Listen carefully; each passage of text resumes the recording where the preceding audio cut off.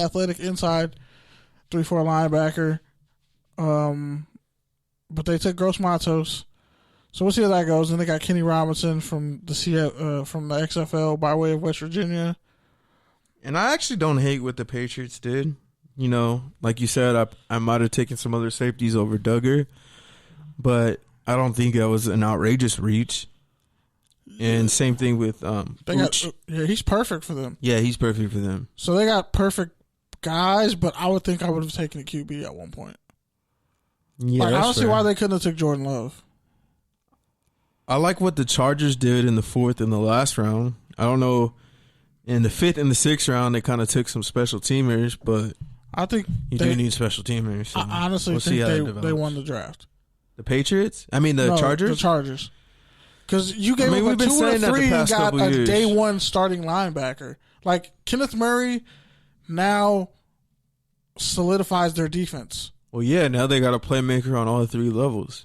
And it's like, now multiple playmakers, really. Uchenna Nwosu can play outside linebacker as an edge rusher. Yeah. And I forget who the other said, Kevin White's little brother?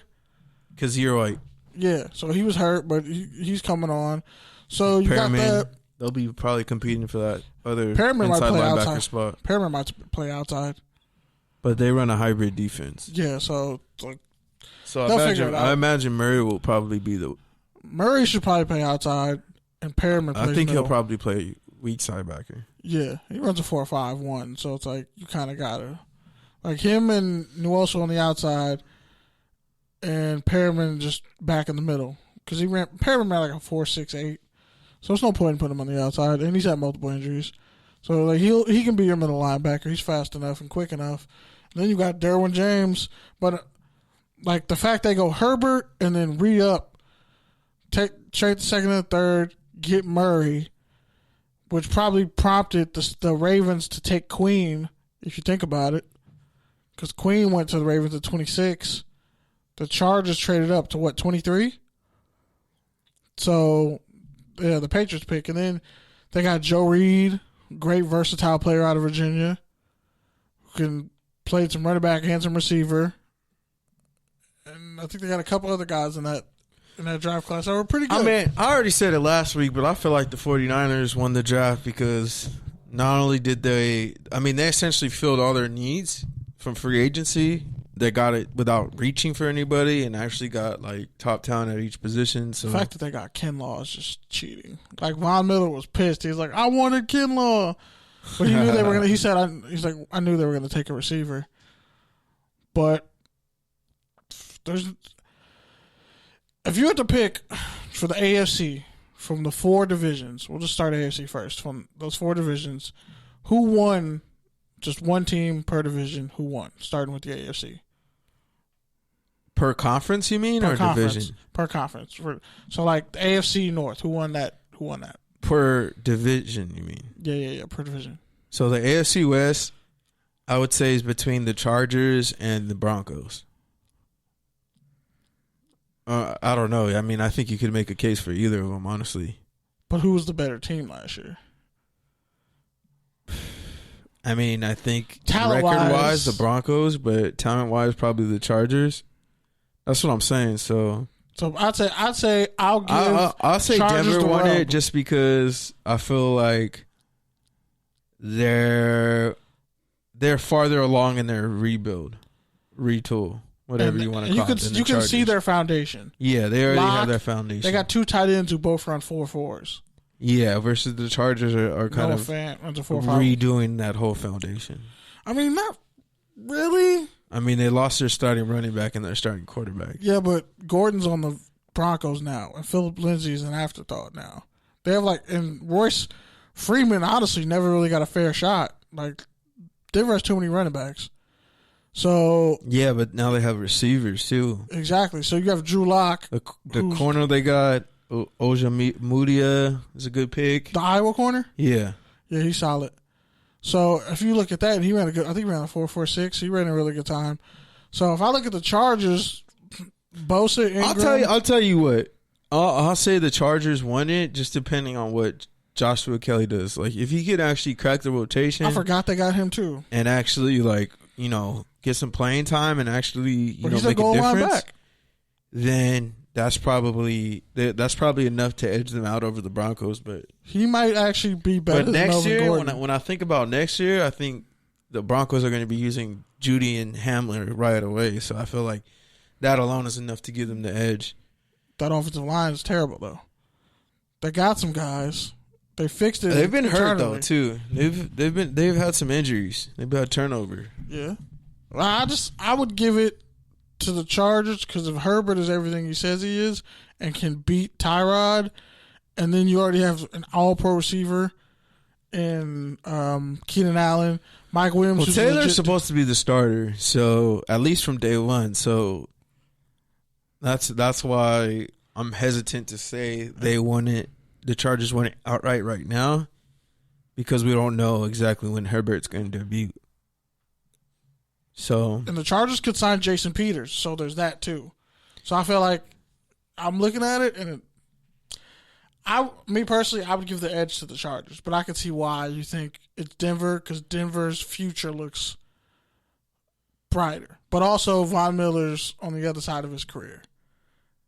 Yeah, I guess.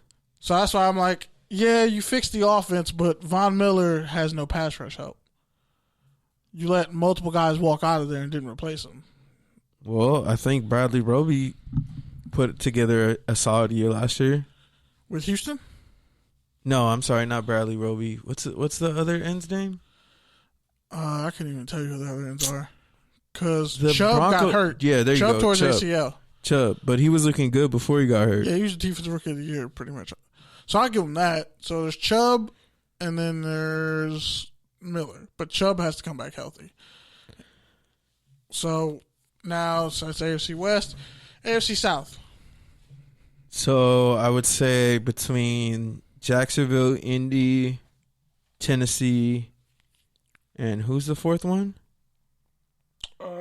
Jacksonville, Indy, Tennessee, Houston. Yeah. That's a tough one. Because literally, had Houston not taken a week off. Well, what? Houston and Indy didn't even have first-round picks, did they? Nah. Yeah, I'm not sure. I'm tempted to say Indy just because they got, Pittman and Taylor at the top. And then if you add DeForest Buckner into that, since technically he's like their first-round pick, yep, I think that's a pretty solid class for what they needed. Around Phillip Rivers. I think the Jaguars also had a decent draft, though, even though I can't find their draft right now. They don't have a franchise quarterback yet, so I can't give it to them. But you're asking about the draft. You're not asking about the team. Well, I'm like, okay, I look at it as like, okay, the draft and where these guys are going to play. Like, I can look at the Colts and tell you automatically their offense is that much better. Because of what they had, the talent they already have, and then you bring in more talent. You get Michael Pittman and Jonathan Taylor. So now you have 3 running backs. Because Marlon Mack is a legit 1,000-yard rusher. Nyheim Hines is a good spellback. And then you throw in Jonathan Taylor. And then you draft good on your offensive line. So now you can actually run the ball. You have Paris Campbell, T.Y. Hilton, Michael Pittman Jr., another guy. I think they have a tight end. Like, this draft class only enhances the Colts now.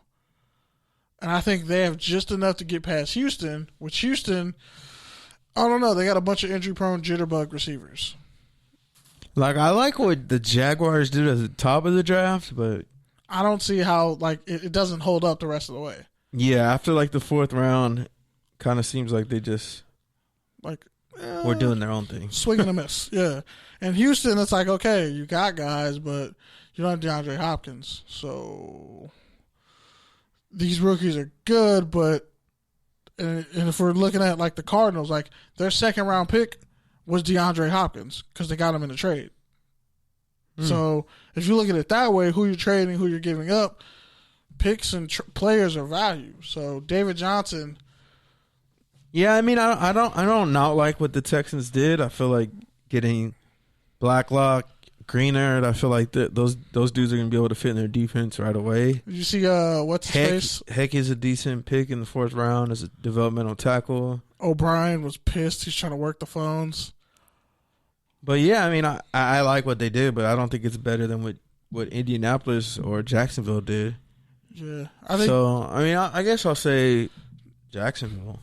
I go Indy just because, realistically, you throw in Phillip Rivers, you see that trade. Now they're respectable on the interior because DeForest Buckner's a respectable interior defensive lineman.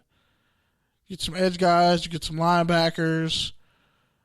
You know, you enhance the team with that draft class. And now, okay, I see the Texans reverting because of losing the talent they lost. I kind of go, yeah, the Colts draft class alone is going to elevate them above everybody else. All right, so move on to the North. The North is a tough one because you got... The North never forgets. You got Baltimore, Cleveland, Cincinnati, and Pittsburgh. Pittsburgh didn't have a first-round pick, so kind of eliminate them, even if you count Minkah Fitzpatrick. But, yeah, so I would say that's between Baltimore, Cleveland, and the Bengals. I would say out of those classes, I mean, in terms of talent, probably the Browns. In terms of need, probably the Bengals. But the Ravens kind of did a little bit of both. So I guess you could say the Ravens are probably the winner just because they kind of balanced both getting the best player and also filling the need. Yeah, because you look at who they lost in free agency.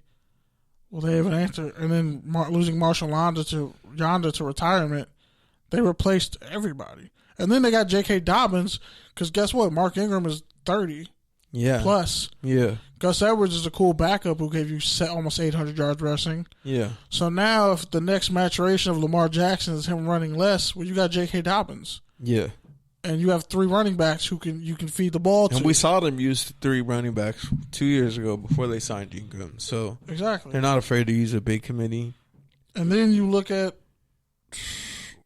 like I look at their draft class and I go, their defense is even more of an amoeba now.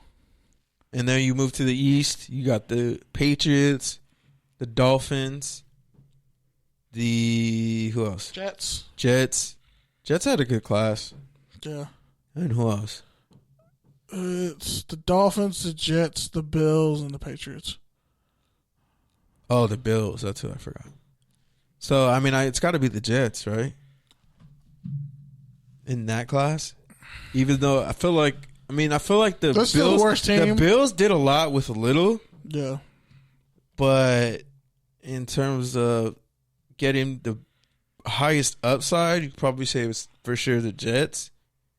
The Patriots kind of did what they do, but it's because you don't know what's going on with Stidham. I can't say the Patriots won with this draft class because it's like some of these guys. I'm like, who they get in the end of the rounds? I'm like, I don't know who these people are. So I would have to go with the Jets. Because they got their franchise QB already. So now, like, they got their franchise left tackle and a franchise receiver, and then got Mims in the second round. You know, fortified their defense with another DB, added some depth on the defensive line and that linebacker. What else could you want from a team that's rebuilding? So I would give them the nod. How about the NFC West? The Cardinals, probably? Yeah, Cardinals, because Simmons is going to immediately be a deterrent for Russell Wilson. I just wish he didn't wear 48 because that's a trash-ass number. What's up with these guys wearing trash-ass numbers when they get to the league?